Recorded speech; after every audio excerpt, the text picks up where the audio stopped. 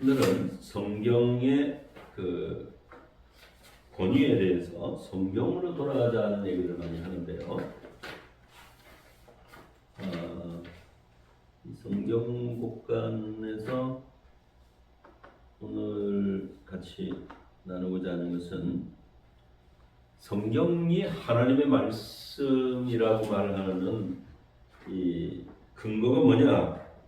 성경이 왜 하나님의 말씀이냐? 이렇게 말할 때 성경에 기록되어 있는 성경 자체의 권위가 있어요. 선지자들이 받아서 적은 내용입니다만은 이것은 하나님의 말씀이다. 하나님이 말씀하시기를 이것은 하나님의 뜻이다. 이런 식으로 말하는 것이 직접적으로 말하는 것이 뭐 몇만 번이나 나오죠. 하나님의 말씀이라고 하는 그러한 선지자 증언을 우리가 신뢰하고요. 그 다음에 이게 성경이 진짜냐 가짜냐 하는 논쟁이 많이 있었어요. 그래서 이거를 교회가 투표로서 결정한 겁니다. 모든 사람들이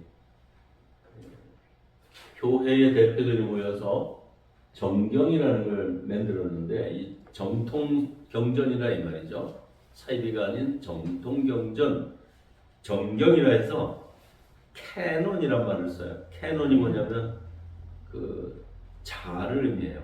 치수를 잰다. 사진기에 캐논 카메라가 있었는데 정확하게 찍어낸다 해서 그런 뜻으로 캐논이 쓰여진 것 같아요. 이 정경, 우리 성경이 정통한 경전이다 이런 뜻으로 교회가 결정을 했는데 우리 성경이 원본이 없어요. 사본만 가지고 있기 때문인데 옛날 그 파피루스라고 하는 양피지에 글을 적었다고 그러죠. 양의 가죽을 말려가지고 펴서 그 위에다 파라핀을 입혀요. 우리 그 양초 같은 초를 입히고 철필로 긁어낸 다음에 글씨를 만들고 그 위에 다시 초를 또 입히니까 이제 그 파라핀 글씨 속에 글씨에 숟가루 같은 거 뿌려가지고 넣은 거니까 보존이 되는 거죠. 근데 세월이 가면 양피지도 낡고 지진이 나서 깨지기도 하고 부주에서 떨어뜨리기도 하고 뭐 이런 식의 문제가 생겨가지고 경전이 보존이 안 되니까 서기관들이 앉아서 그걸 그대로 카피하는 거 그런 직업으로 아예 전문인들을 성전에서 일하도록 했습니다. 그래서 이제 우리가 가지고 있는 경전이 원본에서 문제가 있겠다는 의심을 계속 받는 거죠. 원본이냐 사본이냐. 사본만 있으니까.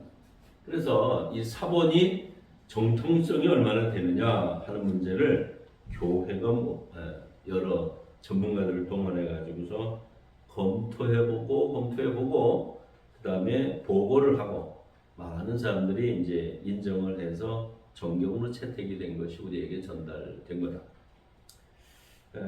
구약 성경에는 별 문제가 없어요. 유대교에서 서기 90년에 얌니아라고 하는 곳에 그 요빠 우리가 갔다 왔는데 요빠 바로 밑에 얌니아라는 그 지중해 연안에 작은 도시가 있는데 거기에 유명한 랍비가 그 유대인 랍비들을 이름 있는 랍비들이겠죠. 다 소집해가지고서 거기에서 얌니아라고 하는 곳에서 이 성경 정통 본문을 히브리 성경 39권을 채택을 했는데 이것을 마소라 텍스트라고 해요. 마소라 텍스트라고 하는 이 성경이 오늘 우리에게 번역된 성경의 그 소스가 됩니다. 구약에는 별 문제가 없는데 신약 경전에서는 논란이 많아요. 신약이 성경의 가치가 있냐 없냐 시작해서 역시 또 원본이 없으니까 원본과 사본에 대한 논쟁이 심각했고 여기에 외경이 15권을 또 천주교는 더 추가를 하면서 이제 논란의 불씨는 2000년 동안 계속되어 온 겁니다. 천주교 사본으로 알려져 있는 것은 시내산 사본이라고 하죠. 바티칸 사본이라고도 하는데 가장 오래된 사본이에요. 시내산 그 수도원에서 어떤 수도사가 이렇게 방문을 했는데 춥다 그러면서 불쏘시개를 가지고서 두루마기를 불을 태우더래요. 그래가지고 뭔가 하고 봤더니 이번에 이제 그 히브리어를 읽을 줄 알고 헬라어를 읽을 줄 아는 사람이니까 성경인데 이걸 왜 태우느냐고 두루마리니까 뭔가 가치가 있을 것 같아가지고 그걸 가져다가 이제 연구를 시작을 해보고 영국으로 뭐 소련으로 팔려다녔어요. 경매장에서 팔려다니다가 이것이 이제 지금은 바티칸이 사들여가지고 바티칸에 보관을 하고 있어서 이것을 시내산 사본이라고 하다가 또 뭐 바티칸 사본이라고도 부르고. 근데 문제는 뭐냐면 가장 오래된 건 틀림없는데 교회, 초대교회가 읽었다는 흔적이 별로 없어요. 아니 초대교회가 그걸 열심히 읽어야 되는데 초대교회가 별로 안 읽으면 그 존중하는 본문이냐 아니냐 이런 문제가 생긴 거죠. 그래가지고 초대교회가 열심히 읽은 책은 어떤 거냐? 초대교회가 여기저기서 그 성경책을 열심히 읽고 그걸 그대로 베끼고 했을 거 아니에요? 어느 교회 가든지 그 책을 읽고 이 교회 가도 그 책을 읽고 갈라디아에서도 이 책을 읽고 에베소에도 이 책을 읽고 많은 지역에서 초대교회들이 계속 읽은 다수 사본이라고 해요. 이것을 에라스무스라고 하는 이가 1516년에 이걸 전부 수집을 해가지고 번역을 했어요. 에라스무스 사본이라 그럽니다. 이걸 TR 텍스투스 리셉투스라고 하는 라틴어로 이건 텍스투스 리셉투스라는 말은 받아들여진 텍스트, 본문이라는 뜻이에요. 리셉션 할 때 리셉투스. 그러니까 인정 본문이라고 해요. 다수 교회가 인정했다. 여러 교회가 믿고 여러 교회가 인정하면 그 뭐 존중할 만하다. 이제 이런 뜻이죠. 그래서 에라스무스가 이것을 만들고 나니까 1517년에 종교개혁이 일어났죠. 1년 후에 마틴 루터가 아드 폰테스 근본으로 돌아가자. 이제 초대교회로 돌아가자. 처음 신앙으로 돌아가자 하는 그런 종교개혁의 기치를 들게 됩니다. 그래서 종교개혁가들은 어떤 책을 읽었을까요? 다수 본문을 읽은 거죠. 천주교 바티칸의 본문을 읽은 것이 아니라 에라스무스가 번역해낸 그 헬라어 본문을 읽었고 이것을 마틴 루터가 독일말로 또 번역해냈어요. 그 다음에 이제 1611년에 킹 제임스 그 번역본이 나왔는데 1611년의 영어는 셰익스피어 시대니까 영어가 가장 문화적으로 꽃피었던 우리나라로 말하면은 세종대왕 시대 같은 그런 시대입니다. 이때에 경제적으로 문화적으로 군사적으로 나라가 정치적으로 안정이 됐을 때 그때 이제 킹 제임스 왕이 성경을 만들었는데 우리 그리니지 천문대 만들 때도 그때고요. 그러니까 뭐 영국이 가장 번성하고 힘이 있던 때입니다. 그때 이제 그 킹 제임스 성경이 번역이 되고 그리고 나서 여기에 문제가 있다 저기에 문제가 있다 해서 성경을 번역이 잘못됐다 이렇게 지적을 하면서 오늘날까지 성경책이 무려 105종이나 나와. 이건 뭐 원본도 없는 데다가 사본인데다가 사본은 대체적으로 천주교과하고 종교개혁가들이 한 거 초대교회로 돌아가자고 마틴 루터가 인정한 거는 초대교회 있지도 않은 거 뭐 창고에 나오고 그게 뭐 대단하다고 그걸 인정하겠느냐? 종교개혁가들이 뭐 칼빈, 장로교 칼빈이나 감리교 웨슬리나 찌빙글리, 후스, 마틴 루터 이분들이 전부 다 신해산 사본 그거는 창고에서 나온 거 그거 뭐 초대교회 인기도 없던 책인데 그거 인정하기보다 오히려 초대교회에서 많이 읽던 거 에라스무스 사본이 오히려 더 권위가 있다. 이렇게 인정을 해가지고 종교개혁가들이 그 성경을 가지고 일으켰어요. 자, 이 성경이 참 천주교는 천주교대로 자기네 옳다 그리고 또 개신교는 개신교대로 우리가 옳다 그리고 누가 옳을 거예요? 이거 누가 하나님 보실 때 이런 상황에 있습니다. 근데 이제 한국어 번역본은 또 어떠냐? 한국어 번역본은 양쪽이 아무래도 좀 어느 쪽이 하나님이 보시기에 옳은지 직접 말씀해 주시지 않고 학자들끼리 교회가 또 의견을 나누다 보니까 아무래도 우리가 좀 논란이 있는 것 같으면은 여기다 첨부를 해야 되지 않겠냐. 그래가지고 성경 밑에 보면은 나누의 주 이런 거 써 있죠.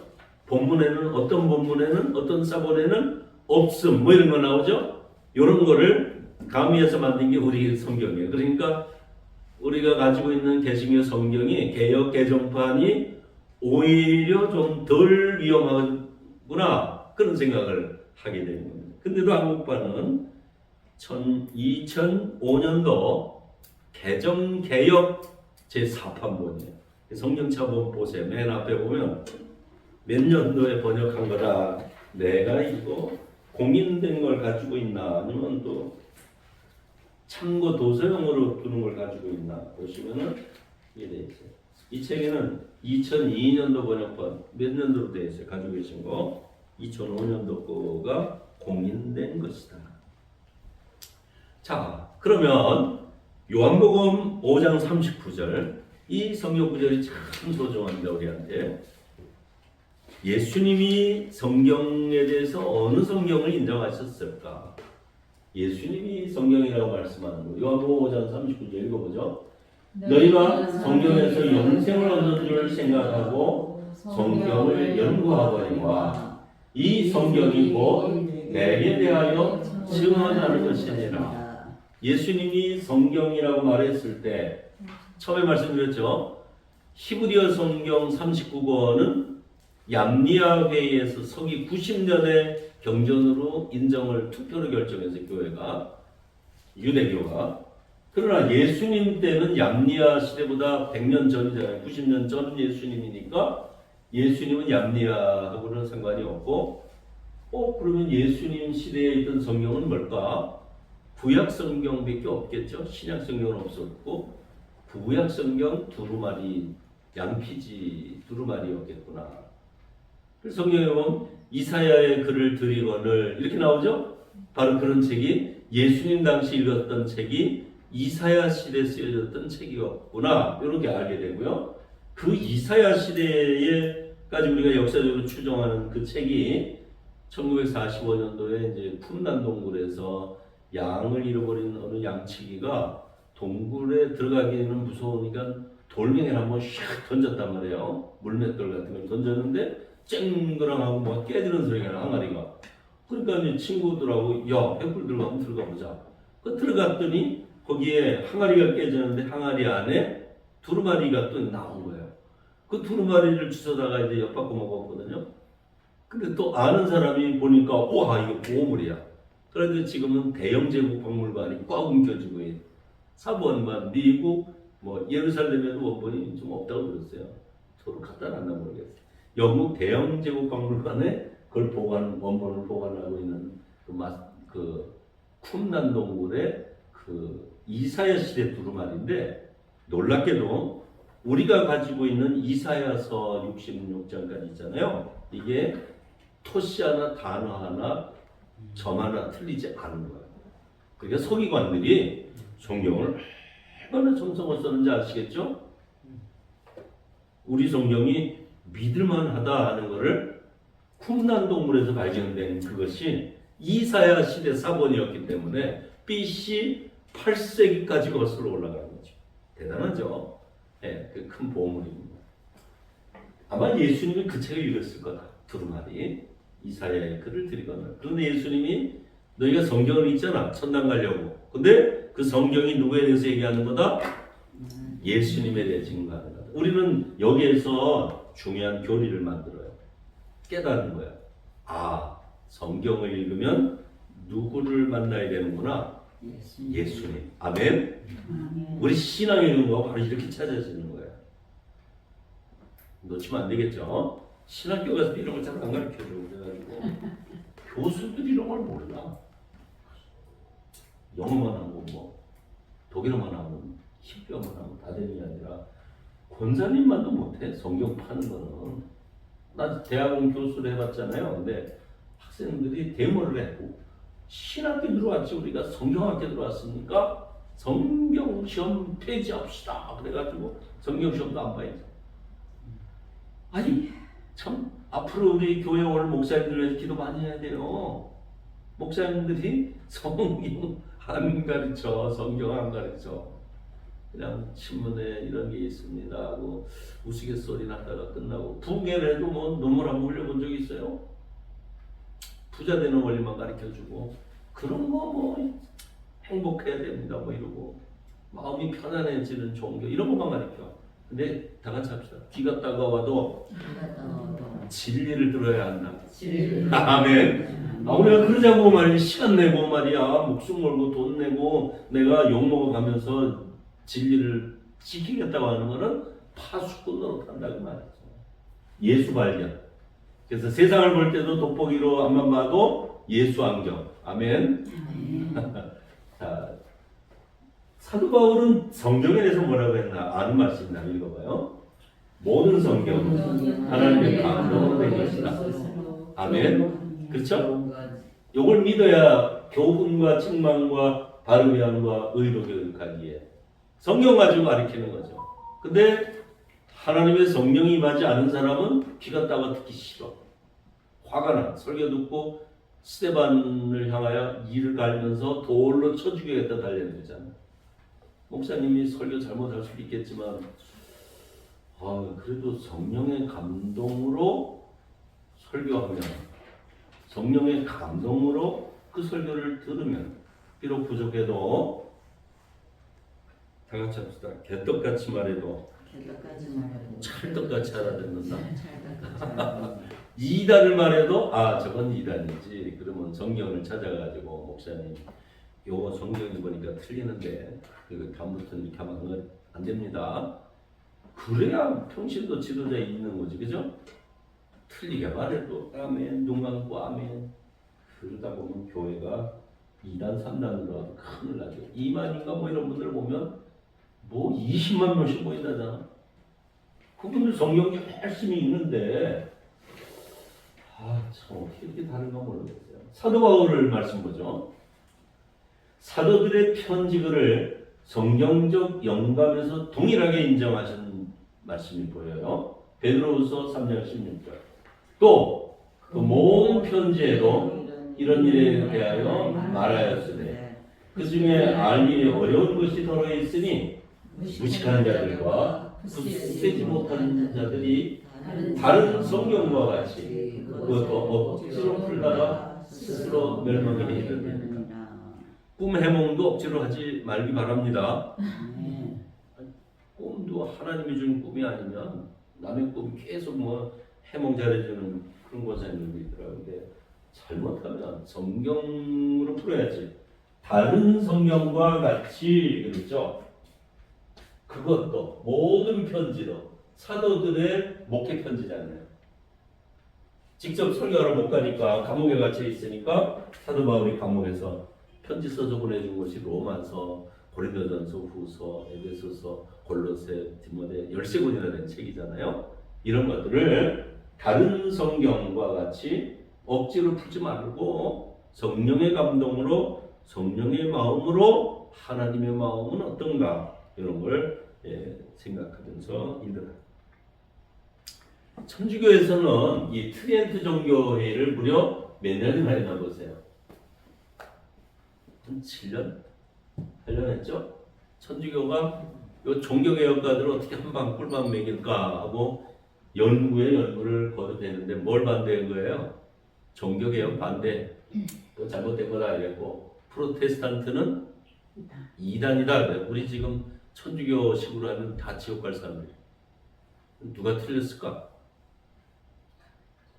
히브리어 성경 39권, 신약 27권에 제2경전이라고 해요. 15권을 출간했어요.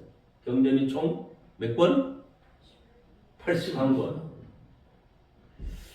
그 요한 23세가 제2 바티칸 공의에서 트리엔트 회의는 어떻다? 정당했다 그랬어요. 이 요한 23세는요, 그래도 뭐 마리아는 신앙의 모본이지 신앙의 대상이 아니다 이렇게 말한 분이거든요. 말은 그렇게 해놓고 마리아 상 앞에 가서 무릎 꿇고 절하고 발에다 키스하고 그 사진도 가지고 있어요. 요한 23세는 좀 그렇게 달라요. 그렇죠? 말하고 행동하는 건 달라요.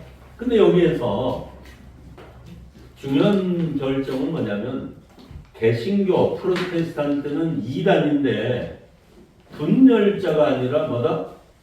재결합 대상자다 이렇게 했잖아요. 완화가 됐죠. 근데 종교 박해의 희생자들, 종교 재판에 아주 화형하고 이랬던 사람들을 미안합니다 하나도 안 했어요. 사과가 없어요. 지금까지 했을까요, 안 했을까요? 여태 한 번도 안 했어요. 그러면 종교개혁 1517년에 마틴루터 개혁한 거에 대해서는 사과했을까요, 안 했을까요? 안 했죠. 천주교에서 지금 양보한 게 어디까지다? 여기까지.